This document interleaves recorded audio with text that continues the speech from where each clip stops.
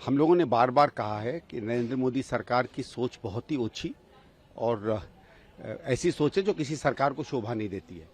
जब पता चला कि राहुल जी 5वीं पंक्ति में बैठे थे, स्वाभाविक है ये सवाल खड़ा हुआ, लेकिन उसके बाद सबसे पहले तो भारतीय जनता पार्टी की तरफ से कहना कि वो स्वयं ही पीछे कहीं जाके बैठ गए बिना इस बात को वेरीफाई किए कि कहाँ उनको बिठाया गया था।